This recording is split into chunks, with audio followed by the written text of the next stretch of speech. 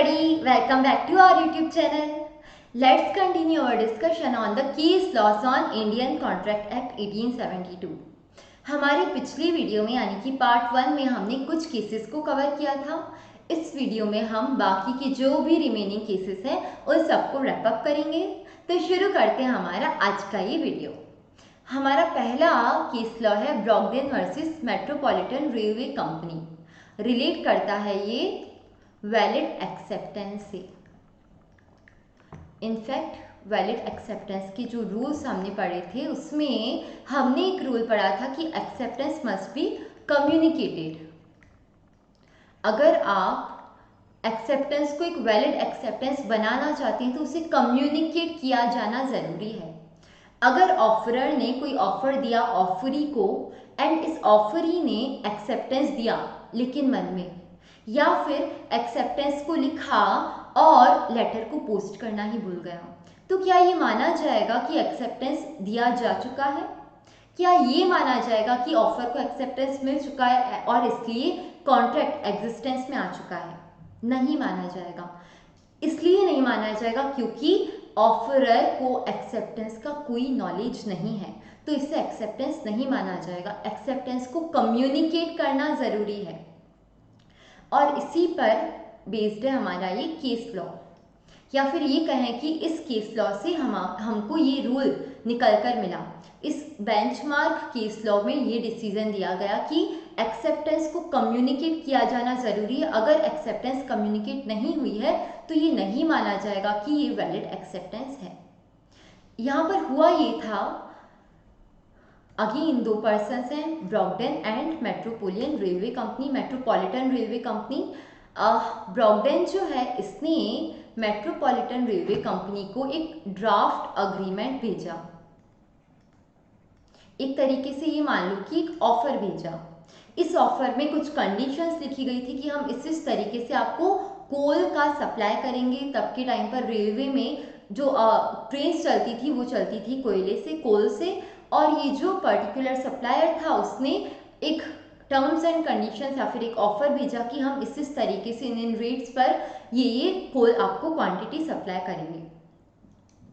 अभी यहाँ पर मेट्रोपॉलिटन रेलवे कंपनी का जो मैनेजर था उसने इस ड्राफ्ट अग्रीमेंट को पढ़ा और उसे लगा कि हमें इसे एक्सेप्ट कर लेना चाहिए, इसलिए उसने इस अग्रीमेंट पर अप्रूव्ड टर्म वर्ड्स को लिख दिया और उसके बाद में उसने रख दिया उसको जाकर अपने ड्रॉअर में, इस इंटेंशन से कि आगे चलकर कुछ दिनों में या जो भी है इस अग्रीमेंट को फाइनलाइज कराएंगे कंपनी के लॉयर से, सॉलिसिटर से।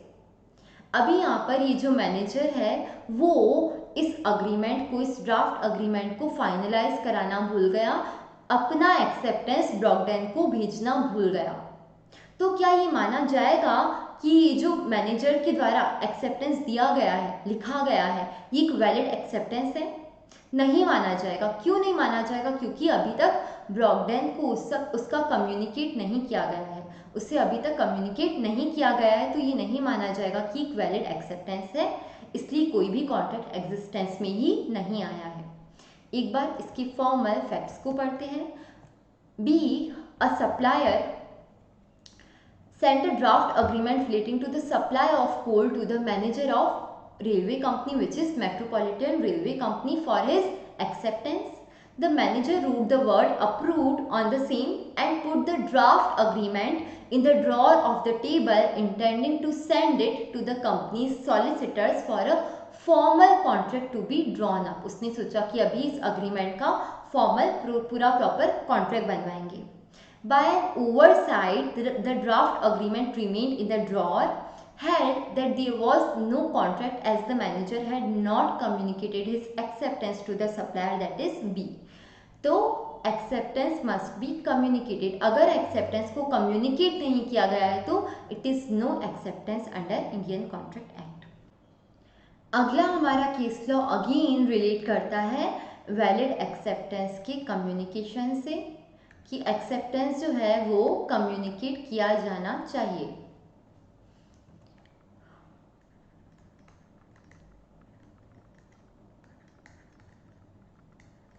ठीक है, तो यहाँ पर हुआ ये था, तीन लोग थे, फेल्टहाउस, बिंडले एंड नेफ्यू। फेल्टहाउस वर्सेस बिंडले करके केस लॉ है। यहाँ पर 3 लोग थे। फेल्टहाउस जो कि थे चाचा जी, एक नेफ्यू भतीजा, एंड बिंडले ऑक्शनियर था। अब यहाँ पर हुआ ये कि ये जो नेफ्यू है, जो भतीजा है, उसके पास में कई सारे हॉर्सेस थे। फेल्टहाउस जो चाचा जी हैं, उन्होंने भतीजे को कॉल किया कि भतीजे, तुम्हारे पास में जो हॉर्सेस हैं उनमें से एक हॉर्स मैं रखने वाला हूँ, और अगर तुमने मुझे 1 वीक में या कुछ दिनों में कोई अगर रिप्लाई नहीं किया तो ये मैं मान लूँगा कि तुम मुझे ये हॉर्स सेल कर रहे हो। ये जो नेफ्यू है उसने मन में सोच लिया कि ठीक है, ये वाला horse, for example let's say white horse मैं चाचा जी के लिए रख रहा हूँ, बाकी सारे जो भी हॉर्सेस हैं उसे मैं ऑक्शन कर देता हूँ। तो इस नेफ्यू ने चाचा जी को कोई कम्युनिकेशन नहीं किया, कुछ भी बोला नहीं, मन में सोच लिया कि ठीक है, मैं ये हॉर्स चाचा जी को सेल करूँगा।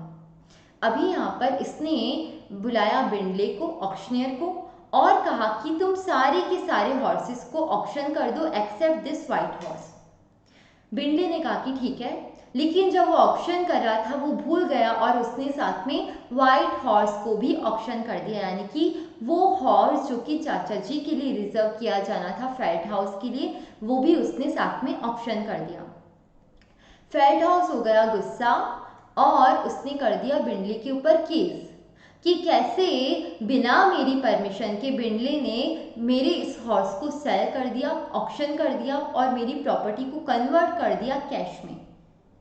अब मैटर जो है वो गया कोर्ट के पास में, और कोर्ट ने कहा कि फेल्टहाउस, ये जो हॉर्स है वो तो तुम्हारा था ही नहीं, ये प्रॉपर्टी तुम्हारी थी ही नहीं, तो तुम बिंडले के ऊपर केस नहीं कर सकते हो, तुम नहीं जीत सकते हो, क्योंकि जब तुमने अपने नेफ्यू को कहा कि अगर तुमने रिप्लाई नहीं किया तो मैं ये मान लूँगा कि ये हॉर्स तुम मुझे बेच रहे हो, तो यहाँ पर इसे कोई वैलिड कॉन्ट्रैक्ट मानेंगे ही नहीं, क्योंकि यहाँ पर नेफ्यू की तरफ से कोई एक्सेप्टेंस आया नहीं है और साइलेंस को एक्सेप्टेंस नहीं माना जाता है। तो यहाँ पर अगर नेफ्यू ने आपको कोई कम्युनिकेशन ही नहीं किया है कि ये हॉर्स मैं आपको बेच रहा हूँ, तो इसका मतलब ये है कि उसने ये हॉर्स आपको सेल किया ही नहीं था। भले उसने मन में ये एक्सेप्टेंस दे दी थी कि ठीक है, मैं ये वाला हॉर्स चाचा जी को दे दूंगा, लेकिन यहाँ पर कोई कम्युनिकेशन नहीं किया गया था, और अगर कम्युनिकेशन नहीं किया गया था तो कोई भी कॉन्ट्रैक्ट एग्जिस्टेंस में आया ही नहीं है। तो यहाँ पर ये जो बिंडले है वो केस जीत गया। फैक्ट्स ऑफ द केस को अगेन देखते हैं। F, that is uncle, offered to buy his, that is nephew's horse for 30 pound, saying, if I hear no more about it, I shall consider the horse mine at 30 pound. फेल्टहाउस जो है उसने अपने भतीजे को call किया और कहा कि अगर मैंने तुमसे आगे कुछ भी कम्युनिकेशन नहीं पाया तो मैं ये मान लूँगा कि 30 पाउंड में तुम अपना ये हॉर्स मुझे बेच रहे हो। The nephew did not reply to F at all. Nephew जो है उसने ये फेल्टहाउस को कुछ भी रिप्लाई नहीं किया। He told his auctioneer B, that is Bindley, to keep the particular horse out of sale of his farm as he intended to reserve it for his uncle. By mistake, the auctioneer sold the horse. F sued him for conversion of his property. Had F could not succeed as his nephew had not communicated the acceptance to him. तो अगर acceptance को communicate नहीं किया गया है तो ये नहीं माना जाएगा कि ये एक वैलिड एक्सेप्टेंस है, तो एक वैलिड कॉन्ट्रैक्ट एग्जिस्टेंस में नहीं आ पाएगा। अगला केस लॉ हमारा रिलेट करता है टर्म्स एंड कंडीशन से, Mukul Datta versus Indian Airlines. Generally जब हम फ्लाइट की टिकट्स बुक कराते हैं या फिर मूवी की टिकट्स बुक कराते हैं, उसमें कुछ टर्म्स एंड कंडीशंस लिखी होती हैं। कई बार ऐसा होता है जब वो टिकट प्रिंटेड फॉर्म में होती है, उसकी बैक साइड पर कुछ टर्म्स एंड कंडीशंस होते हैं, या फिर अगर हम ऑनलाइन भी बुक करा रहे हैं तो उसमें कुछ टर्म्स एंड कंडीशंस होते हैं, जिसे हम कई बार बिना पढ़े उसे टिक मार्क कर देते हैं और आगे प्रोसीड कर देते हैं। तो क्या माना जाना चाहिए? क्या ये माना जाना चाहिए कि ये टर्म्स एंड कंडीशन को ठीक तरीके से कम्युनिकेट किया गया है या फिर नहीं किया गया है, क्योंकि मोस्ट ऑफ द केसेस में पैसेंजर्स या जो भी पर्सन है वो इन टिकट्स के कंडीशंस को पढ़ते नहीं है। तो यहाँ पर अगर कुछ ना कुछ मिसहैप होता है, कुछ भी लॉस होता है, डैमेज होता है, तो उस केस में किसकी गलती मानी जानी चाहिए, कौन लायबल होगा। अगर टर्म्स एंड कंडीशंस को ठीक तरीके से प्रिंट किया गया है, बताया गया है कि पैसेंजर की जिम्मेदारी रहेगी अगर कुछ लॉस होता है तो यहाँ पर क्या माना जाना चाहिए, तो माना ये जाएगा कि अगर वो फाइन प्रिंट में टर्म्स एंड कंडीशंस को अगर प्रिंट किया गया है तो ये माना जाएगा कि यहाँ पर टर्म्स एंड कंडीशंस को एकदम ठीक तरीके से कम्युनिकेट किया जा चुका है, लेकिन ये टर्म्स एंड कंडीशंस रीजनेबल होना चाहिए। अगर अनरीजनेबल टर्म्स एंड कंडीशंस हैं तो उन्हें वैलिडिटी नहीं मिलेगी, उन्हें एनफोर्स नहीं किया जा पाएगा। तो इसी सिमिलर लाइन पर हमारा ये केस लॉ है। When someone travels from one place to another by air, it could be seen that special conditions are printed at the back of air ticket in small letters. In a non-computerized train ticket, even these are not printed. Sometimes these conditions are found to have been displayed at the notice board of the airline's office, which passengers may not have cared to read. The question here is whether these conditions can be considered to have been communicated to the passengers of the airlines, and can the passengers be treated as having accepted the conditions. यहाँ पर कई बार ऐसा भी होता है कि airline का जो ऑफिस है उसके नोटिस बोर्ड पर सारी टर्म्स एंड कंडीशंस लिख दी गई है जो कि पैसेंजर्स ने शायद पढ़ी भी ना हो। तो आपको ये डिसाइड करना है कि क्या ये माना जाए कि कम्युनिकेशन कर दिया गया है टर्म्स एंड कंडीशंस का या फिर नहीं किया गया है। The answer to the question is in affirmative and was so held in Mukul Datta versus Indian Airlines, where the plaintiff यानी कि मुकुल दत्ता जो है प्लेंटिफ है, उसने केस किया था इंडियन एयरलाइंस पर, had travelled from Delhi to Kolkata by air and the ticket bore conditions in the fine print. हुआ ये था कि जो एयरलाइन कंपनी है उसकी फ्लाइट से मुकुल दत्ता ट्रैवल कर रहा था दिल्ली टू कोलकाता। अभी एयरलाइंस की जो टिकट थी उस पर कुछ कंडीशंस लिखी हुई थी जिसमें लिखा हुआ था कि आपका जो डैमेज होता है, आपका जो भी बैगेज है वो अगर डैमेज होता है तो उसमें किस पर्सन की लायबिलिटी आएगी या फिर एयरलाइन कंपनी कितना रीइंबर्स करेगी। अभी इस पर्सन ने ट्रैवल कर लिया, उसका बैगेज जो है उसका कुछ लॉस हो गया, मैटर गया कोर्ट के पास में क्योंकि एयरलाइन कंपनी ने उन कंडीशंस को दिखा दिया कि भाई ये कंडीशन है, आपकी लायबिलिटी इस एक्सटेंट तक होगी, हमारी लायबिलिटी इस एक्सटेंट तक होगी। तो यहाँ पर ये जो इंडियन एयरलाइंस कंपनी है वो जीत गई। ये माना गया कि अगर टर्म्स एंड कंडीशंस को कम्युनिकेट किया गया है तो फिर ये माना जाएगा कि पैसेंजर ने इन टर्म्स एंड कंडीशंस को एक्सेप्टेंस दिया है। लेकिन यहाँ पर एक एक्सेप्शन है कि अगर टर्म्स एंड कंडीशंस अनरीजनेबल हुई तो फिर उन टर्म्स एंड कंडीशंस को एनफोर्स नहीं किया जा सकता है। तो ऑल इन ऑल अगर टर्म्स एंड कंडीशंस को टिकट पर लिख दिया गया है तो ये माना जाएगा कि टर्म्स एंड कंडीशंस को यहाँ पर एक्सेप्टेंस मिला है और ये एक वैलिड कॉन्ट्रैक्ट का पार्ट माना जाएगा। ये हुआ हमारा Mukul Datta versus Indian Airlines. Next case law again relate करता है टर्म्स एंड कंडीशन से, Lily White versus Mannu Swami. यहाँ पर हुआ ये था, दो लोगों के बीच ये जो केस है लिली वाइट वर्सेस मन्नू स्वामी। मन्नू स्वामी ने अपनी एक साड़ी ड्राई क्लीन के लिए दी थी लिली वाइट को।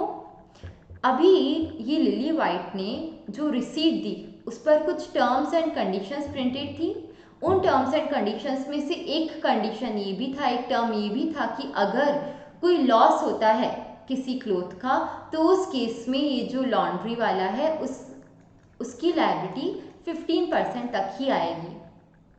मनु स्वामी ने साड़ी दी ड्राई क्लीन के लिए और इस साड़ी को लिली वाइट ने घुमा दिया। तो यहाँ पर मनु स्वामी ने कहा कि मेरी ये जो महंगी साड़ी है उसका प्राइस अब मुझे वापस दो।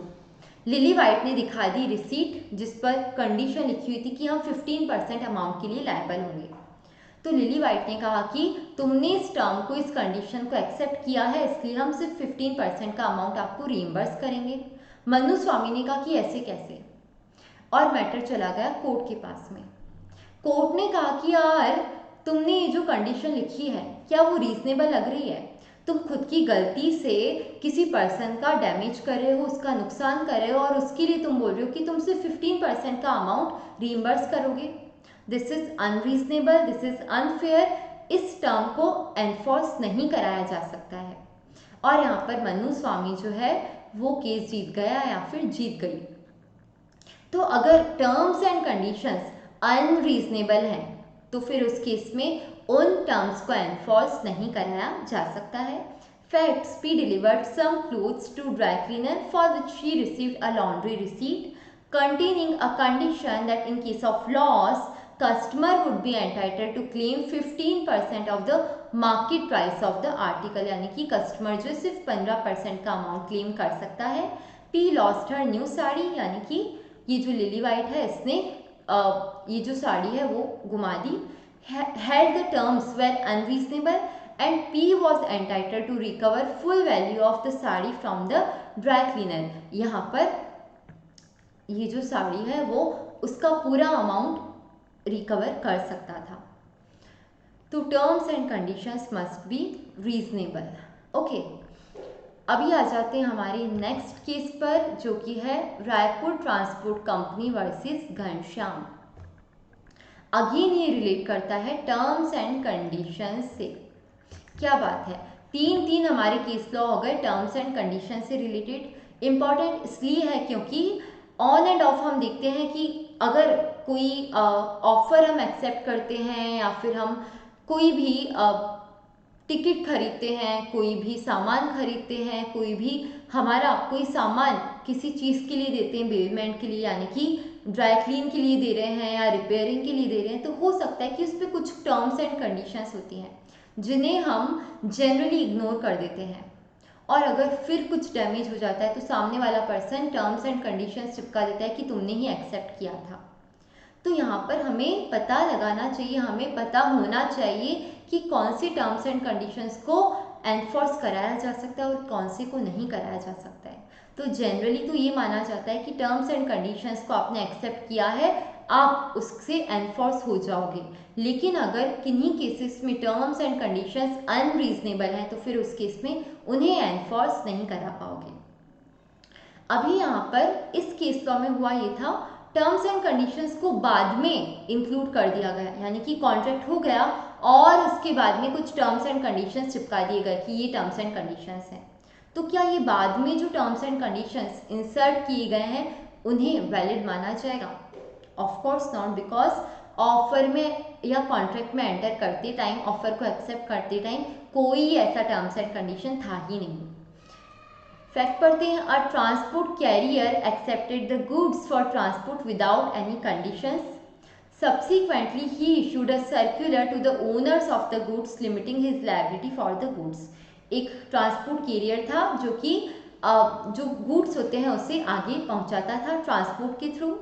उसने गुड्स एक्सेप्ट कर लिए लोगों से आगे पहुंचाने के लिए, लेकिन बाद में उसने एक सर्कुलर इशू किया अपने सारे कस्टमर्स को कि हमारी लायबिलिटी, अगर गुड्स लॉस हो जाते हैं, कुछ ना कुछ डैमेज हो जाता है, तो उस केस में हमारी लायबिलिटी इतनी ही होगी। In such a case, since the special conditions were not communicated prior to the date of contract for transport, there was not binding on the owners of the goods. ये जो terms हैं वो binding ही नहीं होंगे क्योंकि जब offer को accept किया गया था, जब कॉन्ट्रैक्ट में एंटर किया गया था, ऐसे कोई टर्म्स एंड कंडीशंस एग्जिस्ट ही नहीं करते थे। तो बाद में अगर आप ऐसी कंडीशंस को इंसर्ट करते हो तो वो एनफोर्सिबल ही नहीं रहेंगी। तो हमने यहाँ पर तीन केस लॉ देख लिए, Mukul Datta versus Indian Airlines, उसके अलावा Lily White versus Mannu Swami, और उसके बाद में Raipur transport company versus Ghanshyam. आगे बढ़ते हैं और देखते हैं हमारा अगला केस लॉ जो कि रिलेट करता है अगेन एक्सेप्टेंस के रूल से। एक्सेप्टेंस जो है वो दी जानी चाहिए कब? रीजनेबल टाइम में।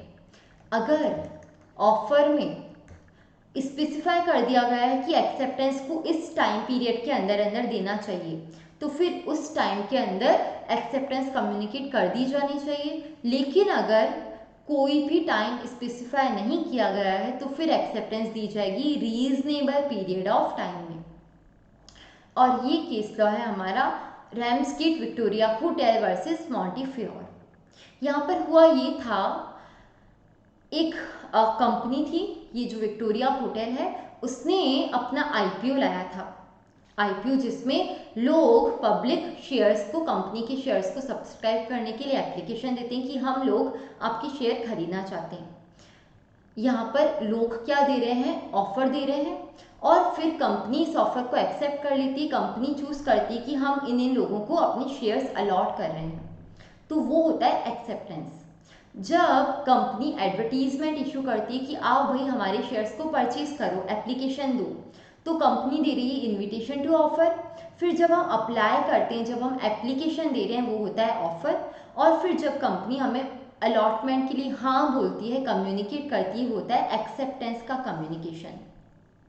यहाँ पर विक्टोरिया होटल ने अपना ऑफर लाया था कि हमारे शेयर्स को परचेज करो, इनविटेशन टू ऑफर। इनफैक्ट अभी कुछ लोगों ने इस कंपनी के शेयर्स को परचेज करने के लिए एप्लीकेशन दिया, और इस कंपनी ने कुछ महीनों बाद में अलॉटमेंट के लिए हाँ बोला कि हम आप लोगों को शेयर्स को अलॉट कर रहे हैं। अब इन लोगों ने, ये जो पब्लिक थी, उन लोगों में से कुछ लोगों ने मना कर दिया कि हमें आपके शेयर चाहिए ही नहीं। क्यों नहीं चाहिए? क्योंकि आपने इतने महीनों बाद में एक्सेप्टेंस दिया है, तो ये एक वैलिड एक्सेप्टेंस ही नहीं है। यार पैसे का मैटर है, एक अमाउंट हमको हमारे पास में पड़ा है, हम चाहते थे कि आपके शेयर्स में इन्वेस्ट करें, और उस टाइम तो आपने कुछ बोला नहीं। कुछ महीनों बाद आकर आप बोल रहे हो कि हमारे शेयर्स को आप खरीद लो, हम आपको दे रहे हैं। तो यहाँ पर ये एक वैलिड एक्सेप्टेंस नहीं है, क्योंकि इतने महीने हम अपने पैसे को ऐसे पड़ा तो नहीं रखने देंगे, हम इंटरेस्ट का लॉस तो नहीं होने देंगे, तो हमने कहीं और इन्वेस्ट कर लिए, अभी हम इस अलॉटमेंट से बाइंड ही नहीं होंगे। तो यहाँ पर it was held in Ramsgate Victoria Hotel versus Montefiore that a person who applied for shares in June में शेयर्स के लिए अप्लाई किया गया, was not bound by an allotment made in November. 6 महीनों के बाद में, 5-6 महीनों के बाद में अगर आप शेयर्स को अलॉट कर रहे हो तो एक वैलिड अलॉटमेंट नहीं है, क्योंकि इतने टाइम तक कोई भी पर्सन वेट नहीं करता रहेगा कि ये कंपनी हमें शेयर्स अलॉट करेगी, फिर हम अपना पैसा इसमें लगाएंगे। तो इसलिए आपको अगर अलॉटमेंट देना था तो रीजनेबल पीरियड ऑफ टाइम में देना चाहिए था। The decision was also followed in Indian Cooperative Navigation and Trading Company Limited versus Padmashri Premji. लेकिन ये पहले की डिसीजन है, अब इसका एज सच कोई सिग्निफिकेंस नहीं रहा है अगर शेयर अलॉटमेंट की बात की जाए तो, because we do have companies act 2013 जिसमें हमारे पास टाइम लाइन्स हैं कि आपको इतने टाइम के अंदर अंदर शेयर्स को अलॉट करना है। तो अभी ये डिसीजन अगर शेयर से रिलेट किया जाए तो रेलेवेंस नहीं रखता है, लेकिन हाँ ये रेलेवेंस ज़रूर रखता है कि एक्सेप्टेंस आपको रीजनेबल पीरियड ऑफ टाइम में देना है। अगर आपने एक रीजनेबल पीरियड ऑफ टाइम के अंडर एक्सेप्टेंस नहीं दिया तो उसे वैलिड एक्सेप्टेंस नहीं माना जाएगा और आप उसे एनफोर्स नहीं करा पाओगे। However, these decisions now will have no relevance in the context of allotment of shares since the Companies Act 2013 has several provisions specifically covering these issues. तो यहाँ पर हमें ये ध्यान रखना है कि acceptance must be given within a reasonable period of time. Relate करता है किससे? Ramsgate Victoria Hotel versus Montefiore. Ramsgate Victoria Hotel versus Montefiore किससे रिलेट करता है?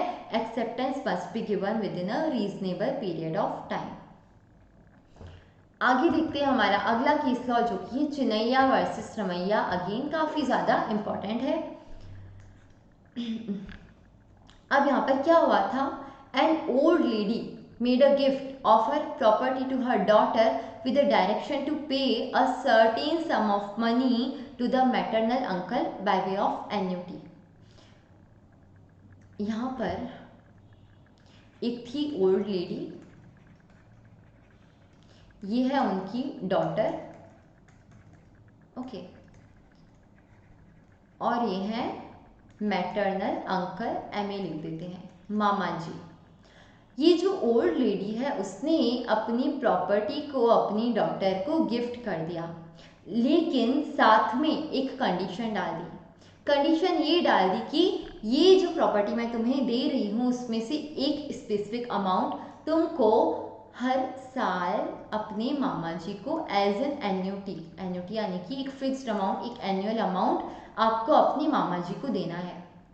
इस बेटी ने कहा कि ठीक है मैं ऐसा कर दूंगी, और इसने एक राइटिंग में लिख कर दे दिया कि मैं अपने मामा जी को यानी कि मम्मी के ब्रदर को ये अमाउंट एज एन एन्युटी हर साल दूंगी।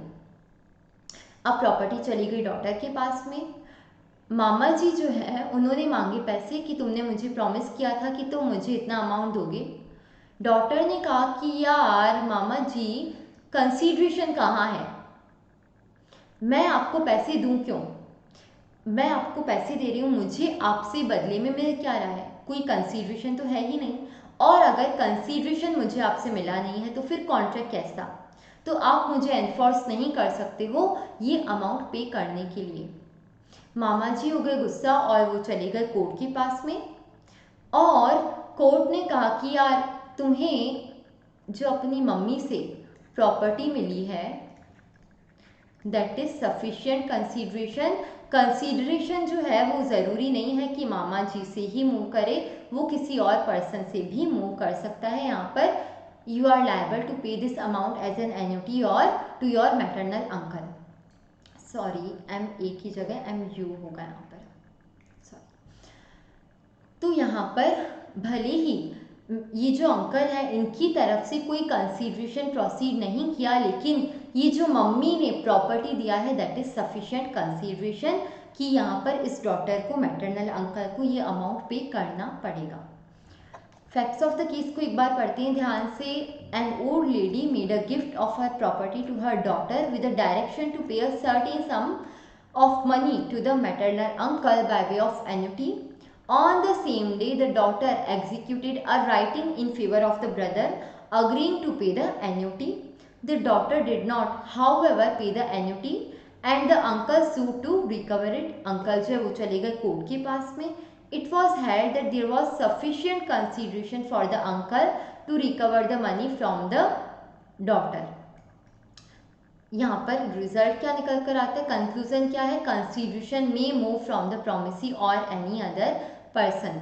जो आपका कंसीडरेशन है वो प्रोमिसी से भी प्रोसीड कर सकता है या फिर किसी और पर्सन से भी प्रोसीड कर सकता है।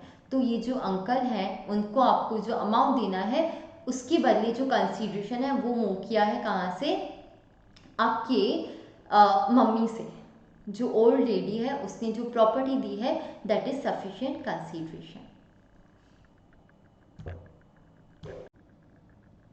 अगला केस लॉ हमारा रिलेट करता है चैरिटी से। जब हमने कंसीडरेशन यूनिट 2 पढ़ा था उसमें हमने पढ़ा था कि अगर चैरिटी का केस है तो उस केस में अगर कंसीडरेशन नहीं होगा तो भी वैलिड कॉन्ट्रैक्ट माना जाएगा, एनफोर्सिबल होगा। चैरिटी के केस में कंसीडरेशन का रिक्वायरमेंट नहीं होता है, और इस चीज़ पर रिलेट करता है ये case law Kedarnath versus Gauri Mohammad. अगर एक पर्सन ने प्रॉमिस कर दिया है कि मैं अपना इतना amount as a charity contribute करूँगा, और उस प्रॉमिस के बेस पर सामने वाले पर्सन ने कोई लायबिलिटी इनकर कर दी है, तो फिर आपको उतना अमाउंट तो पे करना ही पड़ेगा, क्योंकि आपकी उस प्रॉमिस के बेस पर सामने वाले पर्सन ने एक लायबिलिटी इनकर कर दी है, तो आपको अब उसे पे ऑफ करना पड़ेगा, उसे एनफोर्स कराया जा सकता है। फैक्ट्स ऑफ द केस पढ़ते हैं। If a promisee undertakes the liability on the promise of the person to contribute to charity, there will be the contract shall be valid. Mr. G promised Mr. K, Gauri Mohammed जो है उसने केदारनाथ को promise किया the secretary of committee of temple to donate ₹1 lakh for renovation of that temple. Gauri Mohammed ने केदारनाथ को promise किया कि मैं 1 लाख रुपए टेम्पल के रेनोवेशन के लिए पे करूँगा। On the faith of this promise, secretary has incurred some cost for renovation. Now secretary can claim from mister G even the contract was without consideration. भले ही कंसीडरेशन नहीं था, लेकिन यहाँ पर जितनी लाइबिलिटीज ने इनकर कर ली, जितनी कॉस्ट उसने इनकर कर ली है, उतना अमाउंट तो वो क्लेम कर ही सकता है, बिकॉज यहाँ पर प्रॉमिस, इस प्रॉमिस पर, इस फेथ पर उसने ये लाइबिलिटीज को इनकर किया, ये कॉस्ट इनकर कर ली। तो चैरिटी के केस में भले ही सामने वाले पर्सन की तरफ से कोई कंसीडरेशन प्रोसीड नहीं किया है, फिर भी उसे एक वैलिड, एक एनफोर्सिबल कॉन्ट्रैक्ट माना जाएगा। अगला केस लॉ है मोहरी बीबी वर्सेस धर्मदास घोष। काफ़ी ज़्यादा इम्पॉर्टेंट है, रिलेट करता है माइनर से। माइनर का अग्रीमेंट क्या होता है? Void at initio, void from the very beginning. यहाँ पर हुआ ये था कि एक था माइनर यानी कि बच्चा, और एक था मनी लेंडर,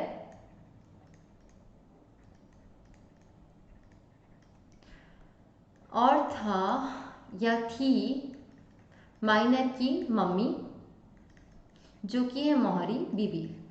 ओके, तो यहाँ पर हुआ ये, माइनर ने इस मनी लेंडर से, धर्मदास घोष से एक अमाउंट लिया एज अ लोन। इसने अपने घर के प्रॉपर्टी पेपर्स गिरवी रखे मनी लेंडर धर्मदास घोष के पास में, और उसके बदले में लोन लिया। 20,000 रुपये का लोन लेना था, उसमें से मनी लेंडर ने इसे सिर्फ 8,000 रुपये ही पे किए। मोहरी बीबी को इस सब के बारे में पता चलता है कि बेटा घर के पेपर गिरवी रखकर आया है और बदले में अमाउंट लेकर आया है थोड़ा सा। मोहरी बीबी ने धर्मदास घोष को कहा कि वापस करो पैसे, सॉरी प्रॉपर्टी के पेपर, और मनी लेंडर ने कहा कि पैसे वापस करो। मैटर गया कोर्ट के पास में, और कोर्ट ने कहा कि यहाँ पर ये जो 8,000 का अमाउंट तुमने पे किया है इस माइनर को, उसे वापस देने के लिए माइनर लायबल नहीं है, और उसके अलावा तुम्हें ये प्रॉपर्टी के पेपर्स वापस करने पड़ेंगे because he is a minor. अगर आप माइनर के साथ में ऐसा पर्सन जो 18 साल से कम का है उसके साथ में अग्रीमेंट करते हो, तो वो अग्रीमेंट एक वॉइड अग्रीमेंट होगा, उससे आप एनफोर्स नहीं करा पाओगे। उसने 8,000 रुपये उड़ा दिए, उसको आप कुछ रिकवर नहीं कर पाओगे, प्रॉपर्टी के पेपर्स वापस करो। तो यहाँ पर माइनर जो है वो एक तरीके से जीत गया, माइनर की मम्मी जिसने केस किया था वो केस जीत गई। तो यहाँ पर हमें ध्यान रखना है, मोहरी बीबी वर्सेस धर्मदास घोष रिलेट करता है माइनर के अग्रीमेंट से, जो कि होता है वॉइड एब इनिशियो। आगे बढ़ते हैं, हमारा अगला case law Hadlee versus बैक्सेंडेल।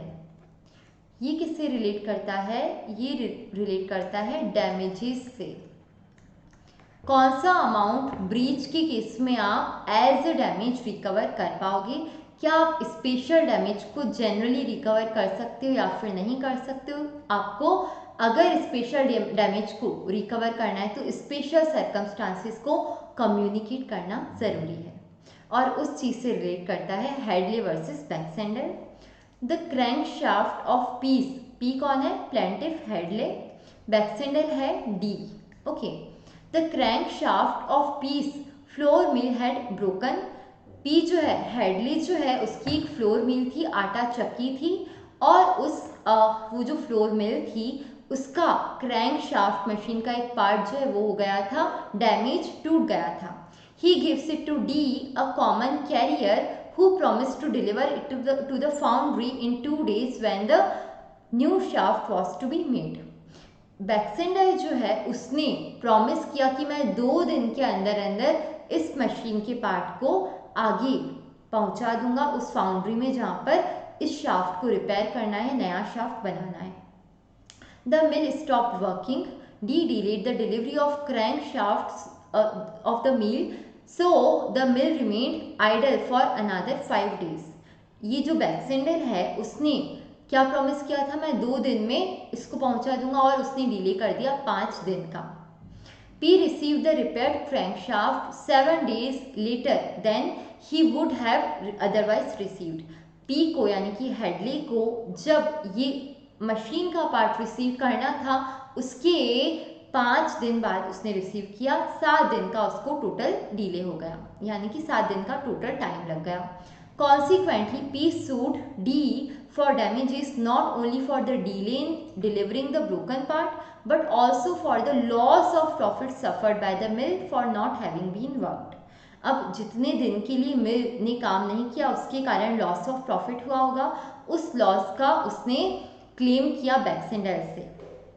The court held that P was entitled only to ordinary damages and D was not liable for the loss of profit because the only information given by P to D was that article to be carried was the broken shaft of a mill and it was not made to them known to them that the delay would result in loss of profit.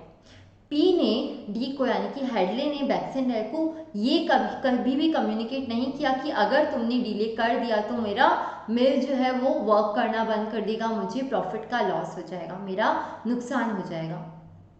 तो अगर उसने ये communicate ही नहीं किया D को तो वो ये अमाउंट रिकवर नहीं कर सकता है एज ए लॉस. वो उसको अगर कोई डायरेक्ट डैमेज हुआ है, उसको कोई डायरेक्ट लॉस हुआ है तो उसका क्लेम वो कर सकता है, लेकिन ये indirect loss of profit Hadley Baxendale से रिकवर नहीं कर पाया क्योंकि स्पेशल सर्कमस्टांसिस का कम्युनिकेशन किया ही नहीं गया था. तो इन एनी केस अगर आप स्पेशल डैमेज को रिकवर करना चाहते हैं तो you must communicate the special circumstances affecting the party, यानी कि अगर जो भी स्पेशल सर्कमस्टांसिस हैं जिसके कारण लॉस हो सकता है उन सारी बातों को कम्युनिकेट करना रहेगा. अगर कम्युनिकेट नहीं किया गया है तो इनडायरेक्ट या फिर रिमोट लॉस को आप रिकवर नहीं कर पाओगे. अगला केस लॉ है फ्रॉस्ट वर्सेस नाइट. रिलेट करता है ये ब्रीच से, और ब्रीच किसका है? कंटिंजेंट कॉन्ट्रैक्ट का.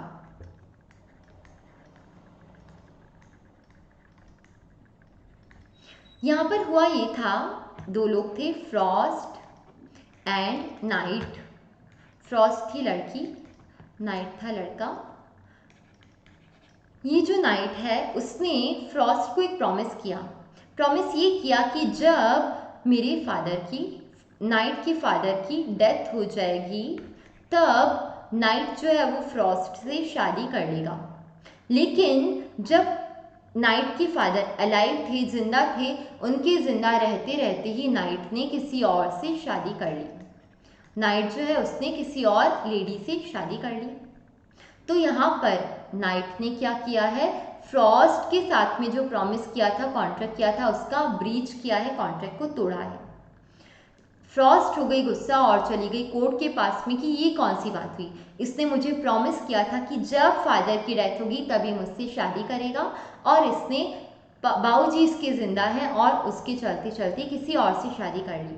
तो इसने इस कॉन्ट्रैक्ट को क्या कर दिया? इम्पॉसिबल टू हैपन बना दिया. क्योंकि जब इसने किसी और से शादी कर ली इसका मतलब क्या है? अब फ्रॉस्ट के साथ में शादी करना हो गया है इम्पॉसिबल. तो अगर ये चीज़ इम्पॉसिबल हो गई है तो यहाँ पर ये माना जाएगा कि फ्रॉस्ट ने इसे ब्रीच किया है क्योंकि जान करके इसे इम्पॉसिबल किया गया है. A contract would cease to be enforceable if it is contingent upon the conduct of a living person when that living person does something to make the event or conduct as impossible of happening. एक contract है, contingent है. Contingent किस पे? कि जब father की death होगी तब शादी की जाएगी. ओके, अभी यहाँ पर ये जो पर्सन है इसको शादी करनी थी और इसने क्या किया? इसने इस चीज़ को इम्पॉसिबल टू हैपन बना दिया. इसने किसी और से शादी कर ली. तो यहाँ पर in Frost versus Knight the defendant promise to marry the plaintiff on the death of his father. While the father was still alive, he married another woman. It was held that it had become impossible that he should marry the plaintiff, and she was entitled to sue him for the breach of contract. Frost जो है वो sue कर सकती है, वो damage claim कर सकती है बिकॉज नाइट ने यहाँ पर क्या किया है? ब्रीच किया है. तो अगर कोई पर्सन कोई प्रॉमिस करता है और जान करके उससे इम्पॉसिबल टू हैपन बना देता है तो फिर उस केस में सामने वाला पर्सन ब्रीच के लिए केस फाइल कर सकता है, सूट फाइल कर सकता है और वो जीत जाएगा. अगला केस लॉ है हमारा हॉलिन वर्सेस हॉलर. फाइनल केस लॉ है. रिलेट करता है क्वाजी कॉन्ट्रैक्ट से। क्वाजी कॉन्ट्रैक्ट आते हैं सेक्शन 68 से लेकर सेक्शन 72 तक। ये वाला पर्टिकुलर केस रिलेट करता है फाइंडर ऑफ लॉस्ट गुड्स से।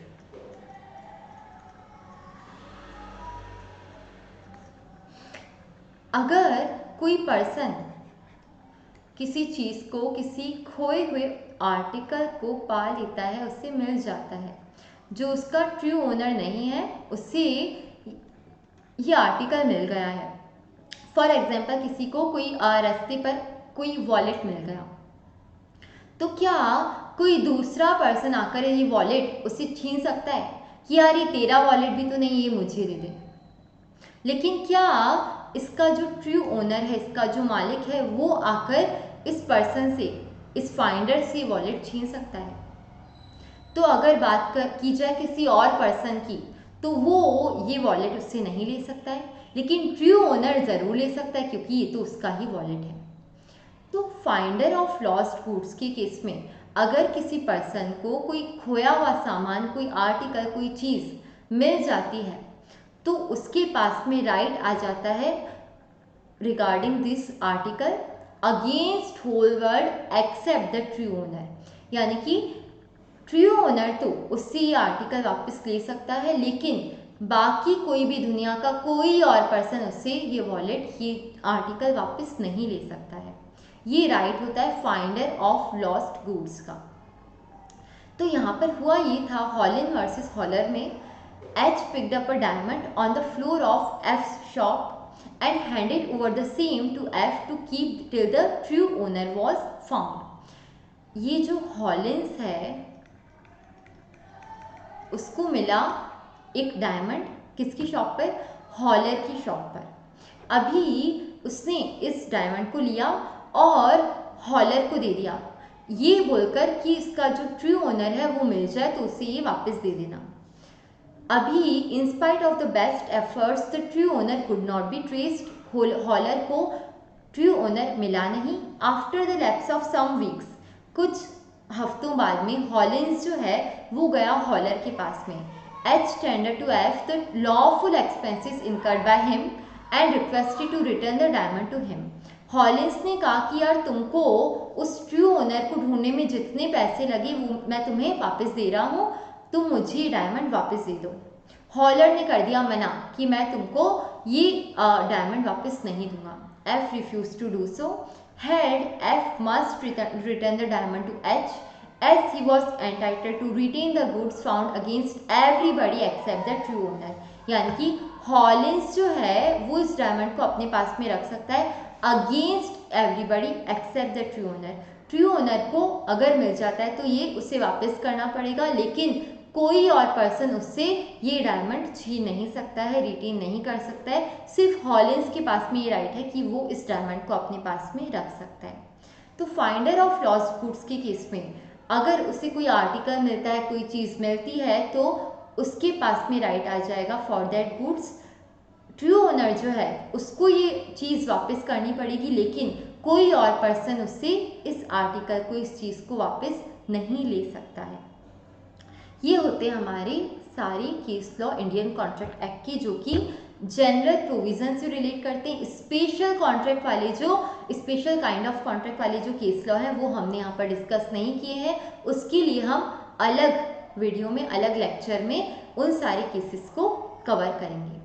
आई होप आपको सारे केस लॉ रिटेन हुए होंगे, समझ में आए होंगे। मैं आपको ये PDF जो है वो शेयर कर दूंगी डिस्क्रिप्शन बॉक्स में।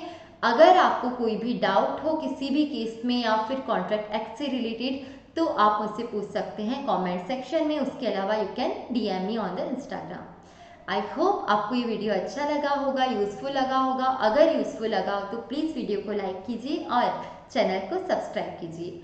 Thank you, bye bye.